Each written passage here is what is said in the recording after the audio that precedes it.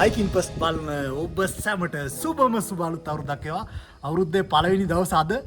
ඉතින් අද ඉන්නේ ලස්සන තැනක. මාරම ලස්සන තැන. මාරම view එකක් තියෙන තැන. මෙන්න මෙතන මේ ඉන්නේ වර්ල්ඩ්සන් ලොජ් එකේ. ඉතින් අද ඊය හවස ආපු ගමන. එහෙනම් අපි ආපු ගමන බැලුවනේ. දැන් තියෙන ඉස්සරහට යන්න. මෙන්න තියෙනවා පාර මේ. තනකොළ වැවිලා එරෙනවා. එතකොට අර මනින සත්තු වගේකුත් ඉන්නවා. සාමාන්‍ය ගුණ කැලේක ඉන්න මේ නේසම්. කට්ටක් කන්න වෙනවද මොකද හිතන්නේ? කට්ටක් කන්න වෙයි කියලා හිතනවා ලෙසට කවුරු ඇත්තෙත් නෑ හොඳේ. අපි කාලෙකට පස්සේ තමයි මේ බ්ලොග් එකක් කරන්න හයිකින් පස්ට් එකේ. ඉතින් මේක වෙනස් ගමනක්. ලංකාවට ඉතින් කාලෙකට පස්සේනේ ගොඩ බැස්සේ.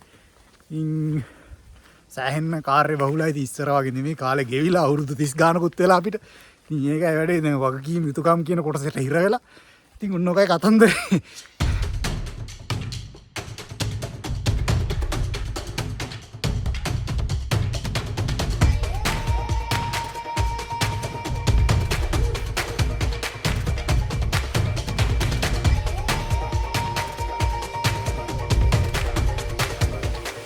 ඔන්න දැන් ටිකක් දුර ආවා.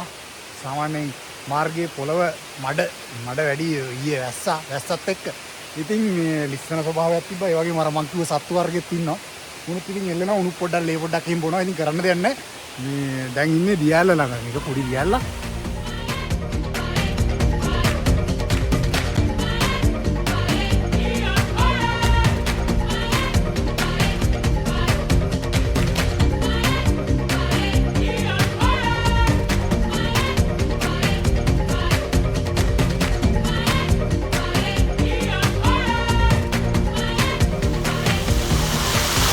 යාළුවෝ විනාඩි 10ක උඩ විනාඩි 15ක දුරක් ඇවිල්ලා තියෙනවා. පයින් ආවේ මාර්ගයේ විස්සනවා. ඒ වුණත් අපි දියැල්ල ළඟට ආවා. මේ දියැල්ලෙන් තමයි එකොලොජි එකට වතුර ගෙනියන්නේ. ඉතින් මේ හරිම පිරිසිදු වතුර මේ අපේ රටේ ස්වභාවික සම්පත. එහෙනම් අපි යමු මෙන්න මේ පාරේ. මං හිතන්නේ මේ පාර තමයි කන්ද මුදුනට තියෙන පාර. යන්න.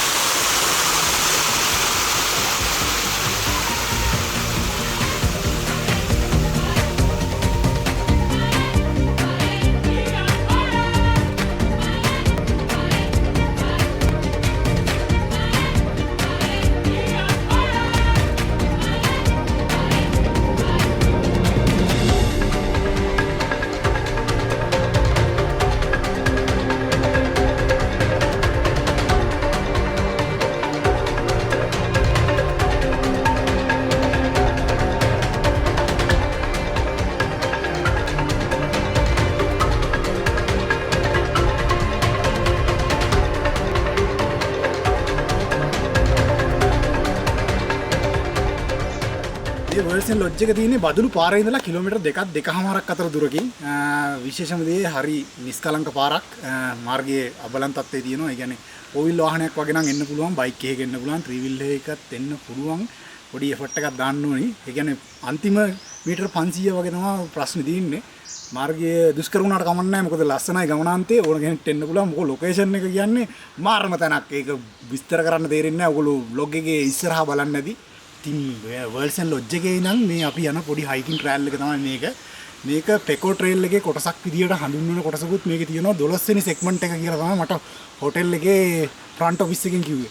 මේක සංවර්ධනය කරා ඉදිරියේදී බලාපොරොත්තු වෙනවා. තව අවුරුදු ගානකින් ලංකාවට ආපු කාලෙකදී ආයිත් මේ ට්‍රේල් එක දියුණු සංවර්ධිත මට්ටමකට එයි කියලා. ඒ කියන්නේ මේ ගස් කොළන් කපන්න නැතුව අවම පරිසර හානියක් යටතේ මේක කරයි කියලා බලාපොරොත්තු වෙනවා.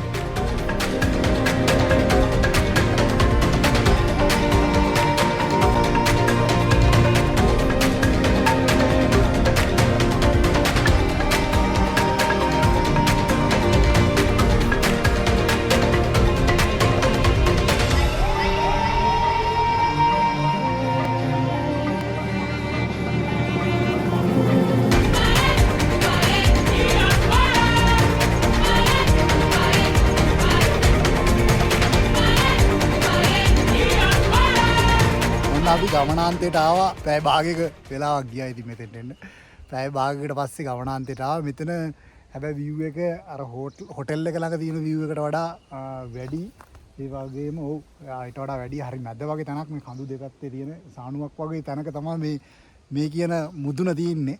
ඉතින් මෙතන ඉඳන් බැලුවාම හරි ලස්සනට පේනවා. මේකෙත් මෙතන තියෙන විශේෂම දේ තමයි සාමාන්‍යයෙන් උදේ පාන්දර එහෙමත් නැත්නම් සන්රයිස් එක. ලෝකේ තියෙන ලස්සනම දසුන බලන්න පුළුවන් තැනක් විදියට හඳුන්වන්න පුළුවන් මෙතන. හැබැයි මෙතනට එනවනම් උදේ පාන්දරම එන්න වෙනවා. සාමාන්‍යයෙන් උදේ 5 වගේ වෙනකොට ගමන පටන් ගන්න වෙනවා එකොලොජ් එකේ ඉඳන්. ඊට පස්සේ පැය භාගයක් මෙතෙන්ට එතහයි. මෙතෙන්ට අවිල්ලා ඉතින් මෙතන ඉඳන් අන්න අර පැත්තෙන් පායන ඉර දිහා බලාගෙන ඒ ආස්වාදේ විඳින්න පුළුවන්. අද නම් මේ සන්රයිස් එක බලන්න වෙන්නේ නැහැ. මොකද අපි පරක් වෙලා ආවේ. ඔව් දැන් 9 වෙලාව. 9 වෙලා. උදේ පාන්දර ආවොත් මෙතෙන්ට සන්රයිස් එක ලස්සනට අර පැත්තෙන් බලාගන්න. අන්න හරි උදේ පාන්දර වෙන්න ඕනි මෙතෙන්ට.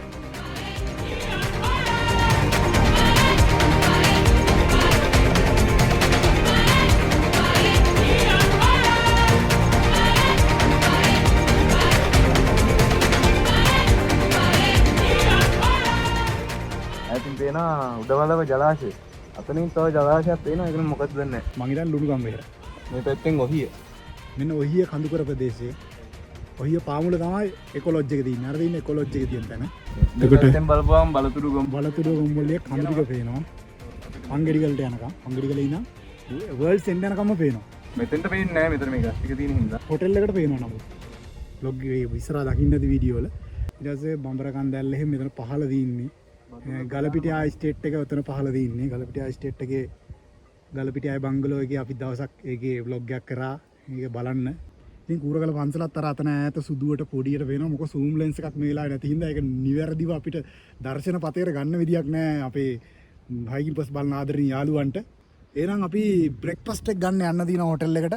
එහෙනම් හොටෙල් එකේ සුන්දරත්වයත් විඳගෙනම ඩ්‍රෝන් ෂොට් ටිකක් බලාගෙනම අපි යමු.